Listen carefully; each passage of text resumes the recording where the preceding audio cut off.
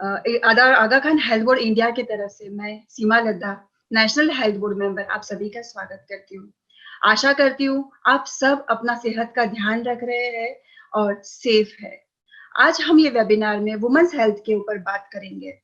हम लोग ने काफी बार सुना होगा पीसीओडी, पीसीओएस या फाइब्रॉइड्स के बारे में, पर ये सब क्या है, ये क्यों होता है, इसके होने के कारण क्या है, इसकी इलाज क्या है, ऐसी कौन से लाइफस्टाइल चेंजेस है जो लेने से हम लोग ये चीजों से बच सकते हैं। यही सब समझने के लिए आज का ये वेबिनार है लेट्स अंडरस्टैंड व्हाई। ये वेबिनार में हमारे साथ में जुड़ेंगे डॉक्टर नबात बंदे अली, जो फेमस MBBS DGO गायनिकोलॉजिस्ट है। उन्होंने एक बुक पर लिखी है प्रेगनेंसी के ऊपर और वो हमें ये टॉपिक्स के बारे में काफी सारा समझाएंगे। Over to you doctor Nabat. या अली मदद, all you beautiful women across the screen and जो भी बाकी सब है, सबको मेरा याली मदद। A very good evening to everyone। आज हम women के बारे में बात करने वाले हैं। तो the journey of womanhood is really wonderful. From being a girl to being a teenager to the pregnancy days to menopause. ये सब चेंजेस के रिस्पॉन्सिबल है हमारे फीमेल हार्मोन यानी कि ईस्ट्रोजेंस। हम ईस्ट्रोजेंस को हमारे बॉडी के इंजन का फ्यूल भी कह सकते हैं और ये फ्यूल इतने मजे का है, मतलब ये ईस्ट्रोजेंस इतना मैजिकल है कि वो विमेन को मैजिकल बना देता है। मतलब कि विमेन मल्टीटास्कर्स है। अगर हम समझना चाहें कि एक औरत का दिमाग कैसा चलता है तो आप इमेजिन करिए आपके कंप्यूटर पे या आपके मोबाइल पे अभी 1000 स्क्रीन्स खुले हैं, 1000 टैब्स खुले हैं, हर टैब पे अलग अलग टॉपिक्स है और that brain is working on all the tabs together. एक ही मिनट में एक औरत अपना ऑफिस का काम करती है, अपने हस्बैंड ऑफिस पहुंच गए कि नहीं उसका कॉल करती है, बच्चों ने होमवर्क कर लिया है कि नहीं देखती है, घर का खाना ध्यान रखती है, घर का काम ध्यान रखती है। मतलब मैं बोलते बोलते थक जाऊंगी और आप सुनते सुनते थक जाएंगे, लेकिन ये कामों की लिस्ट कभी खत्म ही नहीं होगी। Isn't it magical? Hats off to all the women, the mothers, the sisters, the bows, each one of you. ये ईस्ट्रोजेंस हमें प्रेगनेंसी का एक उम्दा प्रिविलेज भी देती है, लेकिन हर इफेक्ट का एक साइड इफेक्ट होता है। तो ईस्ट्रोजेंस के भी कुछ साइड इफेक्ट्स हैं। तो चलिए आज हम ईस्ट्रोजेंस के वजह से होने वाले साइड इफेक्ट्स या हेल्थ इश्यूज या लोचे, जो भी आप कह लें, उसके बारे में बात करते हैं। Let's start with something which is very very common. इतना common कि शायद आप में से कई जन उसके बारे में सुन चुके होंगे, उसे कोई बीमारी मान चुके होंगे या उसके लिए कई सारे ट्रीटमेंट्स ले चुके होंगे। जी बिल्कुल, PCOS, पॉलीसिस्टिक ओवेरियन सिंड्रोम। तो ये पॉलीसिस्टिक ओवेरियन सिंड्रोम है क्या? क्या आपके पीरियड्स आजकल लेट आ रहे हैं, टाइम पे नहीं आ रहे? क्या आपको प्रेगनेंसीज आने में कोई मुश्किलात हो रही है? क्या आप वजन बढ़ रहे हैं जबकि आपको लगता है कि you are not eating much? क्या आपके बाल पे, चिन पे, ब्रेस्ट पे, पेट पे बाल उग रहे हैं और the beautiful hair on your head जो बढ़ने चाहिए वो गिर रहे हैं? ये सब पीसीओडी के लक्षण हो सकते हैं, लेकिन पीसीओडी कोई बीमारी नहीं है। अब आप कहेंगे अभी तो आपने कहा ये हो सकता है, वो हो सकता है, लॉन्ग लिस्ट ऑफ सिम्टम्स, ये सब पीसीओडी में होते हैं। जी हाँ, बिल्कुल होते हैं। I am giving you another long list, but PCOD is not a disease. PCOD कोई बीमारी नहीं है। तो ये पीसीओडी होने का कारण क्या है? अगर हम साइंटिस्ट से पूछे या रिसर्चर से पूछे तो वो कहेंगे नॉट नोन, पता नहीं। लेकिन अगर हम साम्यता में देखा जाए कि पीसीओडी का कारण क्या है, तो उसका कारण है हार्मोनल केओस या हार्मोनल चेंजेस, जो आज के इंक्रीजिंग स्ट्रेस लेवल्स, डिक्रीजिंग या sedentary activity levels and unhealthy eating habits के वजह से बन रहा है। पूरे मायने में, सही मायने में अगर कहा जाए तो ये हमारी गलती नहीं है, it is not our fault. जो जमाना पहले था वो अब नहीं है, टाइम्स हैव चेंज्ड। पुराने जमाने की असली घी, खेत में काम करना, खुली हवा, द फ्रेश एयर, आज भाग दौड़ की जिंदगी बन गई है। People don't have time to eat, people don't have time for themselves, they are too busy। मतलब अगर हम खाने की बात करें तो लोगों के पास खाने के लिए टाइम नहीं है, सुबह ब्रेकफास्ट करने को टाइम नहीं है, निकलते हुए बाहर पिज्जा खा लिया, बर्गर खा लिया, कुछ भी खा लिया। और जिनको सही तरीके से सब्जी रोटी खाना भी है, क्या आज की सब्जी प्योर है? क्या आज के फ्रूट्स प्योर है? क्या आज का दूध प्योर है? प्योर नहीं है। जब हम लाइफस्टाइल्स की बात करें तो हम इतने सेडेंटरी हो गए हैं कि if I give you a small example, a very small simple example, पहले के जमाने में अगर हमें टीवी देखना होता था, हम जाके टीवी का स्विच ऑन करते थे, वापस आके सोफे पे बैठ के टीवी देखते थे। आजकल अगर हम उतना सा भी चलना चाहे, मतलब from the sofa to the TV to switch on the switch, वो स्विच है ही नहीं, हमको रिमोट ही यूज करना है। मतलब हमारे साइंस के जो रिसर्चेस है या हमारे साइंस के जो आज की तरक्की है जो हमारे बेहतरी के लिए है, उसने हमको सेडेंटरी बना दिया है। It has made our lives easy but sedentary. तो अगर हम कहना चाहें तो सिंपल टर्म्स में हम ये कह सकते हैं कि हम तो सेडेंटरी हो गए हैं, साथ साथ हमारी ओवरीज भी सेडेंटरी हो चली है। तो we have become lethargic, our ovaries have also become lethargic with time। तो अब थोड़ा एक शॉर्ट में समझते हैं कि हमारी ओवरीज काम कैसा करती है। How do our ovaries work? हमारा जो ब्रेन है, let's try to take it like this, कि ये है हमारा ब्रेन, ओके? ये है हमारी बच्चेदानी और the uterus, okay, and our tubes and the ovaries, ठीक है? तो हर महीने हमारे ब्रेन से कुछ हार्मोन्स आते हैं, हर महीने अंडे बनते हैं, एक अंडा बड़ा होके रिलीज हो जाता है और ये अंडा यहाँ से आते हुए यहाँ तक पहुंच जाता है। अगर हमें प्रेगनेंसी न आए तो हमें पीरियड आता है। तो if we say that the egg is not releasing every month, अगर जो अंडा बन के फूट के हमारे पीरियड के साइकिल को कंप्लीट करता है, अगर वो अंडा बने ही ना, अगर वो अंडा रिलीज हो ही ना, तो पीरियड भी नहीं आएगा।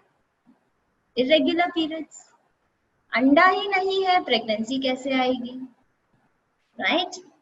तो अब देखते हैं, अगर ये पीसीओडी इतना कॉम्प्लिकेटेड है या इसके साथ इतने सारे प्रॉब्लम्स है, तो इसका इलाज क्या है? What is the treatment? Treatment पे जाने से पहले एक और चीज मैं आपको बताना चाहूंगी कि अर्लियर टाइम्स में 28 डे साइकिल, मतलब हर औरत का पीरियड का साइकिल 28 दिन का हुआ करता था। आजकल 28 दिन का साइकिल इतना रेयर हो गया है कि हम उसे एबनॉर्मल नहीं मानते। अर्लियर टाइम्स 28 डे साइकिल्स, आजकल anything between 21 days to 60 days, मतलब 21 दिन से 60 दिन के बीच में अगर आपको पीरियड आता है तो हम उसे नॉर्मल मानते हैं। आपको उसके लिए ट्रीटमेंट लेने की जरूरत नहीं है। तो अब हम बढ़ते हैं पीसीओडी के ट्रीटमेंट पे। पहली बात तो जैसे मैंने कहा, पीसीओडी कोई बीमारी नहीं है, तो पैनिक क्यों? Why should you panic? Don't start running to the doctor. 30 दिन में पीरियड नहीं आया, 35 दिन में पीरियड नहीं आया, डॉक्टर के पास हर महीने नहीं भागना है। 2 महीने ट्राई किया, प्रेगनेंसी नहीं आई, डॉक्टर के पास नहीं भागना है, ये सब पैनिक नहीं करना है। Just take a deep breath and calm down, keep your basics in place, मतलब आपका डाइट अच्छा रहना है, आपका एक्सरसाइज अच्छा रहना है और आपका स्ट्रेस लेवल कंट्रोल में रहना है। इसके बारे में कुछ डिटेल्स सुनते हैं। जैसे नरिशिंग डाइट, जब मैं नरिशिंग डाइट बोल रही हूँ, मैं ये नहीं बोल रही हूँ कि आपको बाहर का खाना नहीं खाना है या पिज्जा बर्गर नहीं खाना है। वैसे आजकल कोविड के टाइम में 3 महीने से हम सब ने वो सब चखा भी नहीं होगा, लेकिन मैं मामूल टाइम की बात कर रही हूँ। I am talking about normal times. Eight normal times मैं ये नहीं कह रही हूँ कि आपको अपने फ्रेंड्स के साथ बाहर जाके आपका पिज्जा या बर्गर नहीं खाना है। मैं सिर्फ इतना कह रही हूँ कि आपको टाइम पे खाना है और हर चीज का एक बैलेंस खाना है। मतलब आपके मॉर्निंग के ब्रेकफास्ट से लेके नाइट के डिनर में there should be a carbohydrate, a vitamin, a protein, a mineral, everything mix. सब्जी, रोटी, नॉनवेज, अंडा, चावल, fruits at least 2 in a day. आजकल कई बार देखा जाता है कि फ्रूट्स हमारे डाइट्स में से माइनस हो गए हैं। Women not drinking milk, another very common problem. People not eating ghee. People think ghee is fat, cholesterol. No, cholesterol नहीं है, असली घी is the ताकत, हमारे पूर्वजों का राज है वो। Okay, a nutritious balanced diet is what we need. Usually women, हम सुबह में उठते हैं, बच्चे स्कूल के लिए भाग रहे हैं, हम ऑफिस के लिए भाग रहे हैं, सुबह ब्रेकफास्ट का टाइम नहीं है। नो, आपके पास टाइम नहीं है, आप एक केला उठाओ हाथ में, आप एक सैंडविच उठाओ आपने हाथ में। आपने अपने बच्चों को तो खाली पेट नहीं भेजा, आप क्यों खाली पेट हो? All of you should eat in time. सही टाइम पे खाना है, सही खाना है। हाँ, थोड़ा बहुत चीटिंग चलता है। एक्सरसाइज की जब हम बात करें तो आजकल आई कैन नॉट से बाय मेडिकल नॉर्म्स कि आप 1 घंटा जिम जाओ, ये प्रैक्टिकल नहीं है आज की जिंदगी में।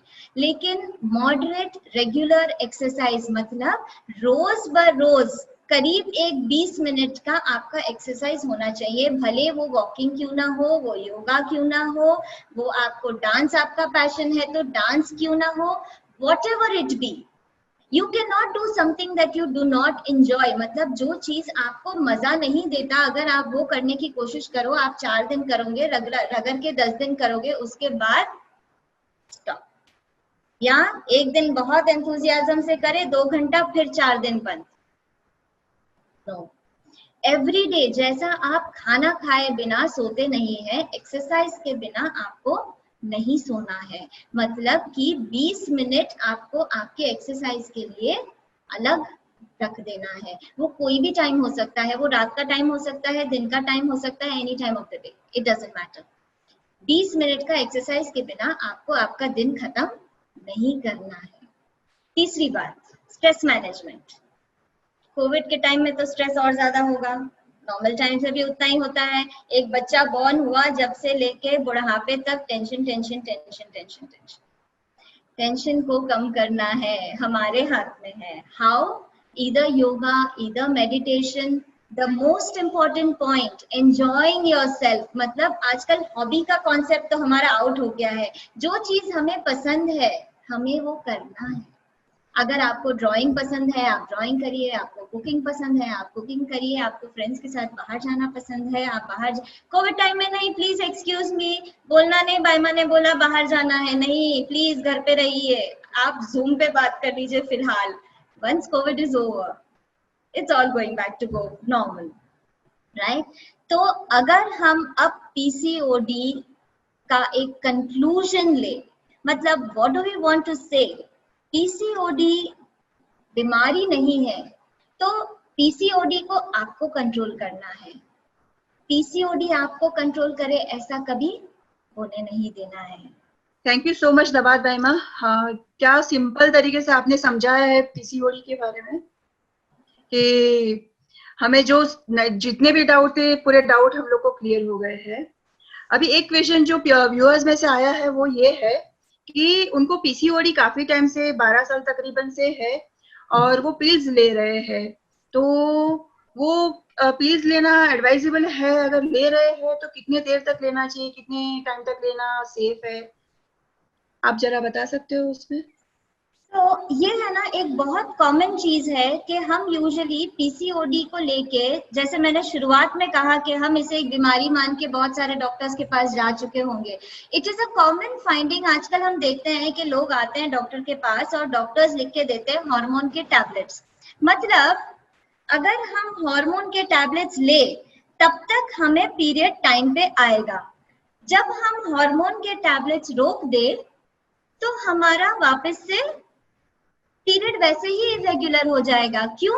क्योंकि पीसीओडी कोई बीमारी है ही नहीं।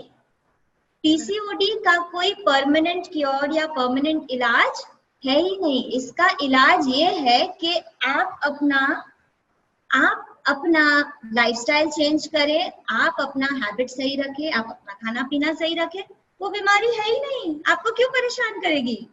हार्मोन के टैबलेट्स क्या आप जिंदगी भर लेंगे? अगर आपको 28 दिन का पीरियड चाहिए, जैसे मैंने कहा आजकल 60 दिन का पीरियड नॉर्मल होता है, तो अगर 28 दिन में आपको पीरियड चाहिए तो क्या आप जिंदगी भर ओसी पिल्स लेंगे? No. आप जब तक लेंगे तब तक ही सही आएगा, उसके बाद नहीं आएगा। Do not take hormonal pills, it is not good. तो वो कितने टाइम के बाद में स्टॉप कर देना चाहिए बायमा अपने को, मतलब डॉक्टर को कंसल्ट करना और कैसे बंद करना? नॉर्मली हार्मोन पिल्स जब हम कभी देते हैं, जब किसी को 6 महीने 12 महीने तक पीरियड्स बिल्कुल नहीं आ रहे होते हैं, तो हम उसको थोड़ा सा हार्मोन्स को रिबाउंड बैक करने के लिए देते हैं। कोई भी हार्मोन की टैबलेट्स अपने आप नहीं लेना है, डॉक्टर से कंसल्ट करके ही लेना है।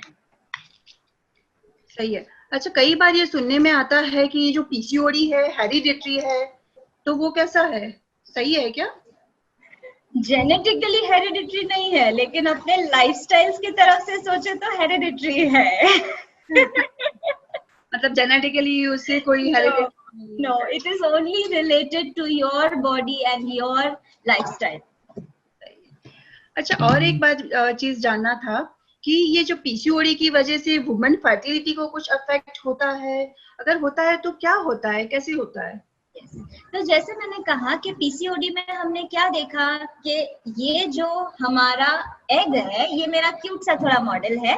इसमें है हमारा यूट्रस और हमारा एग। ओके, तो ये जो ओवरी है हमारी, इसमें से जो अंडा रिलीज होना चाहिए, आप इसमें देख सकते हैं there are the eggs. Every month एक अंडा रिलीज होता है और इस बच्चेदानी की तरफ जाने की कोशिश करता है। अगर वो अंडा रिलीज ना हो, जैसे मैंने आपको समझाया पीसीओडी में ये अंडा रिलीज नहीं होता है, तो अगर अंडा रिलीज ना हो तो प्रेगनेंसी कैसे आएगी, राइट? लेकिन वो अंडा रिलीज हर महीने नहीं होता, ऐसा नहीं है। whenever you are active and when the ovary is in the mood, अंडा रिलीज होगा। जब भी अंडा रिलीज होगा you will have your pregnancy। सही, बिल्कुल सही, बराबर। Thank you doctor Nawaz. अच्छा, और एक क्वेश्चन व्यूअर में से आया है जो मुझे लगता है लेना चाहिए। वो बोले उनको पीरियड्स तो रेगुलर आ रहे हैं बट फिर भी उनको फेस पे हेयर आ रहे हैं, तो क्या वो पीसीओडी है? क्या बॉडी पे एंड फेस पे हेयर है? तो वो उसका क्या जवाब? जी बिल्कुल, पीसीओडी कोई स्कैन डायग्नोसिस नहीं है या कोई मेडिकल डायग्नोसिस नहीं है कि आप एक स्कैन करा के आए उसमें पीसीओएस लिखा है तो आपको पीसीओएस है। नहीं, पीसीओएस एक सिम्टोमेटिक डायग्नोसिस है। मतलब अगर आपको मैंने जो अभी लंबी लिस्ट सुनाई उसमें से कोई भी 2-3 चीज है तो हम इसे पीसीओएस कहते हैं। पीसीओएस इज अ सिंड्रोम, मतलब एक कॉम्बिनेशन ऑफ सिम्टम्स। मैंने आपको एक बहुत बड़ी लिस्ट सुनाई, एक बहुत बड़ा सर्कल व्हील बना के दिखाया, वो सब सिम्टम्स होना जरूरी नहीं है। उसमें से अगर आपको 1, 2 या 3 सिम्टम्स है लेकिन आपका स्कैन नॉर्मल है, आपका ब्लड टेस्ट नॉर्मल है, आपका पीरियड नॉर्मल है, तो भी आपको पीसीओएस के कुछ लक्षण होंगे, बट डज नॉट मीन कि आपको कोई बीमारी है। आप अपना लाइफस्टाइल ठीक करो, सब ठीक हो जाएगा। ये lifestyle is the main focus की एरिया, राइट? बिल्कुल। अच्छा, और एक बात, जो आप अभी पीसीओएस बोल रहे थे, राइट? तो पीसीओएस और पीसीओडी में कोई डिफरेंस है क्या? No, not really, they are synonyms. अच्छा, दोनों सिनोनिम्स है क्या? कूल। कई बार ये छोटे छोटे चीजें भी काफी कंफ्यूजन क्रिएट करती है, टेंशन क्रिएट करती है। डिजीज बोले तो बीमारी लगती है, डिजीज हटा देते हैं, सिंड्रोम रखते हैं। वही सही है। बहुत बड़ी बात है, हम लोग सबके दिमाग में यही बैठा हुआ है, हम इतना डर रहे हैं ये चीजों को लेके, समझने के लिए आज ये है। थैंक यू नबात, ये स्टिग्मा हटाने के लिए और हमको ये बताने के लिए कि डरने की जरूरत नहीं है, ये कोई डिसीज नहीं है। Thank you. अच्छा, और एक सवाल आ रहा है कि जो इंसुलिन रेजिस्टेंस यूज कर रहे हैं हम लोग, उससे कुछ पीसीओडी में इफेक्ट आता है? वो कोई पीसीओडी कॉज करने के लिए कुछ फैक्टर है क्या, रिस्पॉन्सिबिलिटी? बेसिकली जो हमारा पीसीओडी है, मैंने आपको बहुत सिंपली उसको हार्मोन लोचा बोला, तो उसमें जो हार्मोन लोचा है ना, उसका एक हार्मोन है इंसुलिन। इंसुलिन हमारा शुगर का हार्मोन होता है, जो हमारे बॉडी को फैट को गलाता है, शुगर को कंट्रोल में रखता है। तो जो पीसीओडी होता है ना, इसमें क्या होता है, जैसे मैंने बोला ये एक लाइफस्टाइल चेंज है, तो लाइफस्टाइल चेंज में हम सेडेंट्री हो जा रहे हैं, सेडेंट्री होने की वजह से फैट बढ़ रहा है, हमारा बॉडी अंदर से काम करना कम कर दे रहा है। तो ये जो इंसुलिन वाला हार्मोन है, ये ठीक से काम नहीं कर पा रहा है। तो जब ये ठीक से काम नहीं करता है तो मोटापा बढ़ता है, शुगर बढ़ता है और पीसीओडी के लक्षण दिखने लगते हैं। अगेन सेम थिंग, आप एक्सरसाइज करो बाबा, सब ठीक हो जाएगा। हर चीज का एक ही इलाज, exercise, right? Exercise exercise exercise, जब मीता बालन बोलती है ना, एंटरटेनमेंट एक्सरसाइज,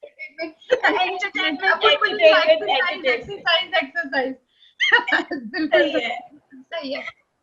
अच्छा, ये और एक है कि जो अपना पीसीओडी सिम्टम्स कब से दिखना शुरू होता है? ऐसी कौन सा टाइम है कि जब हमको डॉक्टर को अप्रोच करना चाहिए? ऐसा कुछ नहीं है। ऐसे बहुत सारे जन होंगे हमारे बीच में जिनको कभी भी पीरियड का प्रॉब्लम नहीं आया, जिनको कभी प्रेगनेंसी आने में तकलीफ नहीं आई, फिर भी उनका स्कैन पीसीओडी दिखाएगा। अच्छा, ऐसे भी लोग होते हैं। मतलब वो पीसीओएस के सिम्टम्स आपको कब दिखेंगे? जब आपके स्ट्रेस लेवल्स बढ़ेंगे, या आपके लाइफस्टाइल में कुछ चेंज आएगा, या आपके रूटीन में कुछ चेंज आएगा। भले वो अर्ली चाइल्ड्स पे हो या आफ्टर प्रेगनेंसीज हो, 30 के बाद हो। ऐसे भी मैंने लोग देखे हैं जो दोनों प्रेगनेंसी फिनिश कर चुके हैं, 35-40, then they are starting to have the symptoms, because अभी की जिंदगी उनकी सेडेंटरी हो गई है। अच्छा। बच्चों में तो काफी हद तक आजकल बिगनिंग से ही स्टार्ट हो जाता है, बिकॉज दे आर ऑल, बाप रे, स्कूल में सब चीज बैठ के आराम से मिल जाता है, रनिंग तो है ही नहीं, हॉबीज तो है ही नहीं। तो आई थिंक दैट हम एज मदर्स और as elders in the family, we should make sure कि हमारे बच्चे अभी से कोई ना कोई एक स्पोर्ट में या एक एक्टिविटी में पार्ट लेना स्टार्ट करें। और शायद हम लोग को भी करना चाहिए, नहीं? बिल्कुल, हमको तो करना ही है। अपन तो छोड़ देते हैं ना कि नहीं, अपन तो 40s की तरफ बढ़ रहे हैं, और ज्यादा जरूरी है। राइट, वही, पर वो हमें समझना है। सही, बिल्कुल सही। अच्छा, ये जो अपन फाइब्रॉइड्स का भी अपन आज एक बात करने वाले हैं, राइट? करके फाइब्रॉइड्स क्या होता है, कुछ हम लोग, आप थोड़ा हमें उस पे भी समझाएंगे कि आपका तरीका काफी अच्छा है, तो इंशाल्लाह वो डर भी निकाल ऐसा पीपीटी लेते हैं, ठीक है, फाइब्रॉइड्स पे। सो फाइब्रॉइड्स क्या है? चलिए, let's go back to our PPT. Fibroids, तो फाइब्रॉइड्स हमारे बच्चेदानी में उगने वाले ऐसे गांठ या ऐसे लम्स या ऐसे ट्यूमर्स है जो कभी भी कैंसर नहीं बनते। They are mostly harmless and always non cancerous, मतलब वो कभी भी कैंसर नहीं बनते। इसे लिख लीजिए और स्टैम्प कर लीजिए। फाइब्रॉइड्स 3 किस्म के होते हैं। Fibroids are of 3 types. चलिए मैं आपको थोड़ा सा ऐसे समझाती हूँ। फाइब्रॉइड्स, ये हमारा है यूट्रस, हमारे बच्चेदानी। तो फाइब्रॉइड्स जो है वो 3 टाइप के होते हैं। एक जो होता है वो यहाँ बाहर ऐसे उगने वाला होता है, that is called a subserous fibroid. ये वाला जो फाइब्रॉइड है ये ऑलमोस्ट सबसे ज्यादा हार्मलेस वाला होता है, मतलब वो कोई प्रॉब्लम नहीं करता, because it is outside the uterus. दूसरा जो होता है, ये जो अपने को पिंक मसल लेयर दिख रहा है, इसके अंदर उगता है, that is called the intramural fibroid. और ये अंदर जहां पे अपना बेबी ग्रो होता है या हमारा पीरियड का ब्लड ग्रो होता है, ये जगह में उगने वाले फाइब्रॉइड को हम सब म्यूकस फाइब्रॉइड कहते हैं। सो वी हैव 3, 1 ईयर सब म्यूकस, इंट्राम्यूरल एंड सब सीरस। ठीक है, चलिए चलते हैं वापस हमारे पीपीटी पे। तो जैसे मैंने आपको बताया, again the photo is showing the same thing. We have the subserous fibroid, the intramural fibroid and the submucous fibroid. तो अब ये फाइब्रॉइड्स कुछ नुकसान करते हैं क्या? क्वेश्चन। नहीं, दे आर मोस्टली हार्मलेस। वो कब पता चलते हैं? जब हम कोई और रीजन से स्कैन कराए, हमारे पेट में दुख रहा था, वो गैस था या प्रेगनेंसी थी या ऐसा कोई भी रीजन से जब हम चेकअप के लिए जाते हैं तो पता चलता है कि हमारे यूट्रस में कुछ गांठ है जिनका नाम फाइब्रॉइड्स है। सो दे आर मोस्टली सिम्टमलेस, मतलब कभी भी कोई सिम्टम्स पैदा नहीं करते हैं। क्या सिम्टम्स पैदा कर सकते हैं? थोड़े बहुत जो है उसमें से जो मैंने आपको बताया, अंदर वाला फाइब्रॉइड जो बच्चेदानी के अंदर होता है, सब म्यूकस, वो पीरियड हाँ इतना भी हैवी कर सकता है जैसे आप फोटो में देख रहे हैं, लेकिन इट इज हार्मलेस। पीरियड ज्यादा होने का हम ट्रीटमेंट ले सकते हैं। दूसरी चीज, अगर प्रेगनेंसी हमें विद फाइब्रॉइड आती है, हमारे बच्चेदानी में फाइब्रॉइड है, हमको मालूम नहीं है और हमें प्रेगनेंसी आई है, वो कोई नुकसान नहीं करेगा, सिर्फ आपको कभी कभी दर्द दे सकता है। It can pain, like you see in the photo, it is red, red means pain. उसका जो ब्लड सप्लाई है वो सब बेबी को चले जाता है। जो उसका ब्लड सप्लाई बेबी को जाता है, तो अगर हमें कभी मार लग गया या हमारा खून निकल गया तो कैसे काला हो जाता है, दर्द होता है, वैसे वो फाइब्रॉइड भी हो सकता है। राइट? डरिए मत, ये मैं आपको इसलिए दिखा रही हूँ क्योंकि आपको लगेगा कि बैमा ऐसे ही बोल रहे हैं कि वो हार्मलेस है। ये ओरिजिनल ऑपरेशन का फोटो है, बेबी डिलीवर होने के बाद। देखिए उस पे फाइब्रॉइड दिख रहा है, baby has come out safe and sound. The last thing that a fibroid can do is, अगर वो फाइब्रॉइड बहुत बड़ा हो जाए तो वो हमारे किडनीज पे प्रेशर पैदा कर सकता है। कैसे, ये मैं आपको समझाती हूँ। कैसे होता है ये है हमारा यूट्रस, ठीक है, वापस आ गया थोड़ा मोटा लाइन से, नो प्रॉब्लम। ये हो गया हमारा ट्यूब, ये हो गए हमारे ओवरीज। अब ये जो फाइब्रॉइड्स है ना, ये अगर यहाँ अंदर रहे तो प्रेशर तो कुछ नहीं कर सकते हैं, ब्लीडिंग कर सकते हैं, मैंने आपको बताया, ठीक है। अगर यहाँ रहे तो भी हार्मलेस। अब है ना, अपने जो टमी है उसके अंदर हमारे पास दूसरे ऑर्गन्स होते हैं। एक है हमारी किडनी, जिसमें से पाइप आते हैं, और फिर हमारा आता है यूरिनरी ब्लैडर, ठीक है। और यहाँ पे हमारे बहुत सारे अंतड़ियां हैं, इंटेस्टाइन्स है, विच आर मूवेबल। अब आते हैं हम वापस से अपने फाइब्रॉइड पे। तो जो हमारा सब सीरस वाला फाइब्रॉइड है, मतलब जो ये बाहर उगने वाला फाइब्रॉइड है, अगर सपोजिंग वो यहाँ है, क्या वो कोई तकलीफ करेगा? उसके नीचे कोई नहीं है, खाली चेयर है, आराम से आके बैठ गया है, it is not causing any problems to us. लेकिन अगर ये सेम फाइब्रॉइड आ जाए ये जगह में, तो क्या होगा? इसके नीचे ये कुर्सी पे ऑलरेडी बैठा है हमारा किडनी। अब ये आके वो किडनी के ऊपर बैठेगा तो किडनी पे तो प्रेशर आएगा। तब हम ये फाइब्रॉइड को निकाल के फेंक देते हैं। इसलिए नहीं कि वो प्रॉब्लम करेगा या वो कैंसर बनेगा, इसलिए क्योंकि it has taken the place of our kidney. जो किडनी हमारे लिए बहुत जरूरी काम करती है, हमारे बॉडी के सब वेस्ट मटेरियल को एक्सक्रीट करती है, उसके जगह में आके बैठ गया है हमारा ये फाइब्रॉइड, जो बेकार का ट्यूमर है, तो हम इसे निकाल के फेंक देते हैं। Right? So this is the last effect that the fibroids cause. That effect is that it can cause pressure on the kidneys and the bladder, right? तो अगर हमें फाइब्रॉइड है तो इसका ट्रीटमेंट क्या है? अरे जब मैं बोल रही हूँ प्रॉब्लम ही नहीं होता है तो ट्रीटमेंट क्यों करना है? छोड़ दीजिए ना उसको, लीव इट अलोन। तो निकालना कब है? 3 रीजन से निकालना है। एक, अगर वो इतना बड़ा हो जाए कि वो आपको ऐसा महसूस कराए कि आप 6 मंथ या 7 मंथ प्रेग्नेंट हो गए हैं, मतलब आपका यूट्रस आपको बाहर महसूस होने लगे, तब हम वो फाइब्रॉइड्स को निकालते हैं। या अगर वो, जैसे मैंने कहा, आपकी किडनीज की जगह में बैठ गया है, किडनी पे प्रेशर करेगा तो यूरिन इन्फेक्शन हो जाएंगे, यूरिन में प्रॉब्लम्स होंगे, तो आपको आगे जाके दूसरे प्रॉब्लम्स हो सकते हैं, तब हम उसे निकालते हैं। तीसरा, अगर हमें हेवी ब्लीडिंग हो रहा है और हम कोई भी दवाई दे तो वो कम नहीं हो रहा है, then we think about fibroid removal, मतलब वो operation to remove the fibroid.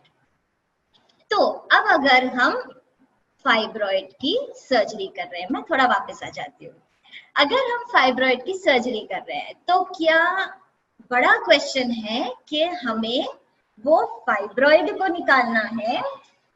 ये ले लेते हैं हमारा फाइब्रॉइड, तो हमें ये फाइब्रॉइड को निकालना है कि हमें ये पूरी बच्चेदानी ही निकाल देना है। Big question. ये क्वेश्चन का आंसर डिपेंड होता है 3 सवालों पे। एक, क्या आपने आपकी फैमिली कंप्लीट कर ली है। नंबर 2, आपका एज क्या है। नंबर 3, आपके ये जो अंडाशय है, ओवरीज, हम इसे भी निकालने वाले हैं या नहीं। तो ये जो ऑपरेशन की बात जब आती है तो हम अगर सपोजिंग 40 इयर्स के हैं, हमारी फैमिली कंप्लीट है और हमें एक बड़ा फाइब्रॉइड है जो मेरे स्क्रीन में फिट भी नहीं हो रहा है, okay, then we remove the whole uterus with the fibroid. आपकी फैमिली कंप्लीट है, आप 40 साल के ऊपर है, आपका फाइब्रॉइड, चलिए इससे भी बड़ा कर लेते हैं, आपको है 2 fibroids. Remove your fibroids, remove the uterus.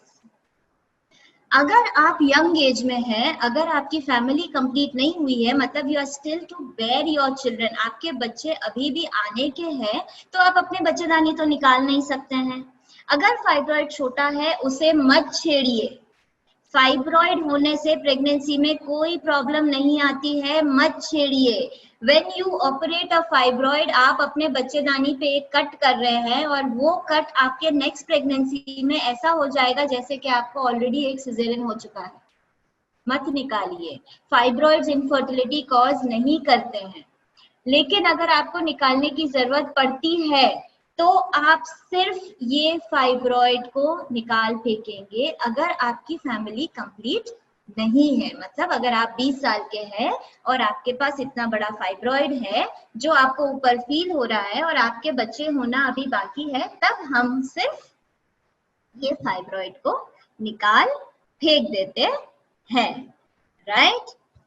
तो अब सब किसी को फाइब्रॉइड है तो क्या निकालेंगे? I wish I could hear your answers. नहीं निकालेंगे, क्योंकि जैसे अगर आपको एक पिंपल है और आप वो पिंपल को निकाले तो दूसरा पिंपल आ जाएगा, वैसे ही फाइब्रॉइड अगर आप एक निकाले तो दूसरा आ जाएगा और एक आ जाएगा और एक आ जाएगा। कितने बार निकालेंगे, कितनी बार ऑपरेशन कराएंगे? अरे भाई हार्मलेस है, छोड़ दो उसको, ठीक है। तो do not remove your fibroids unless it is necessary, they will regrow, वो फिर आ जाएंगे, ठीक है। ये सब इतना कॉम्प्लिकेटेड है, लेकिन हम लेडीज जब इतने सारे कॉम्प्लिकेटेड काम एक साथ कर सकते हैं, जैसे मैंने शुरुआत में बोला, तो ये हार्मोन लोचा क्या है, डरना क्या। Thank you so much doctor Nabat. बहुत सिंपल वे से हमको समझा दिया है कि फाइब्रॉइड से डरने की बात नहीं है, बस उसको हक करना है, मुन्ना भाई के जैसा। बिल्कुल जादू की छप्पी देना है भाई, उसको लेके रहना है, जब तक वो हमें डिस्टर्ब नहीं कर रहे हैं साथ में लेके घूमना है। कोई टेंशन लेने की जरूरत नहीं है कि फाइब्रॉइड है तो हमको निकालना है। थैंक यू सो मच इतना सिंपल तरीके से बताने के लिए और हमारा डर भगाने के लिए।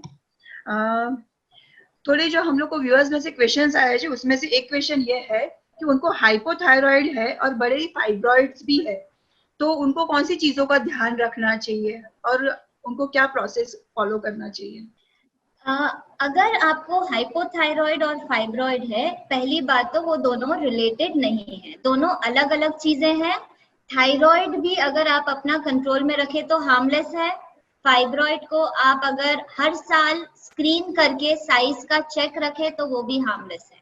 दोनों को अपने पास रखिए और डरिए मत। You don't need to do anything except thyroid में हम सोया और कॉलीफ्लावर, बहुत सारे जन ये समझते हैं कि थायराइड में बहुत सारी चीजें नहीं खानी चाहिए, लेकिन इन थायराइड सिर्फ 2 चीजें की मनाई भी नहीं, कम खाना है। कॉलीफ्लावर फैमिली, अगर आप इंडिया में है तो आपको ब्रोकोली वगैरह मिलेगा नहीं, बट अगर आप आउटसाइड इंडिया है तो कॉलीफ्लावर फैमिली एंड सोया, ये 2 चीज आपको अवॉइड करना है। ऐसे अवॉइड नहीं कि आप पाव भाजी खा रहे हैं तो उसमें कॉलीफ्लावर निकाल के खा रहे हैं, नहीं, दैट इज ओके, बट ये 2 चीज आपको कम खाना है, दोनों का कोई कनेक्शन नहीं है। सही है, थैंक यू। अच्छा, ये काफी लोगों को ये डाउट होता है, और शायद मुझे भी डाउट है कि क्या फाइब्रॉइड्स कैंसरस होते हैं? क्योंकि हम लोग सुनते हैं ना, गांठ है तो कैंसर है, कैंसर है, तो ये कितना सही है और उससे हमें डरने की जरूरत है या कुछ ध्यान रखना है? एक स्टैम्प पेपर लीजिए सब लोग, उस पे लिखिए फाइब्रॉइड्स आर नॉन कैंसरस, मतलब ये कभी भी कैंसर नहीं बनेंगे, इस पे स्टैम्प मारिए। एक और भी कुछ चाहिए तो नोटिफिकेशन मार लीजिए, फाइब्रॉइड्स आर नॉन कैंसरस। अगर आपके स्कैन में लिखा है कि it is a for sure fibroid, वो कभी भी कैंसर नहीं बनने वाला है। लेकिन अगर कोई और चीजें हैं जैसे एडिनोमायोसिस, ऐसा कोई अलग अलग गांठ है तो हम उसे चेक करते हैं, but fibroid equal to no cancer. अच्छा, तो ऐसी कोई अलग तरीके की जो अगर गांठ है तो वो डॉक्टर्स लोग स्कैनिंग में हमको बता सकते हैं ना कि भाई इसमें थोड़ा बहुत पता कर सकते हैं, then if it is there then doctors बताएंगे कि उसको निकाल के टेस्ट के लिए भेजने की जरूरत है या उसको जस्ट फॉलो अप कर सकते हैं। थोड़े गांठ ऐसे भी है जिसके हम ब्लड टेस्ट द्वारा पता कर सकते हैं या एमआरआई द्वारा पता कर सकते हैं, वी कैन डू दैट।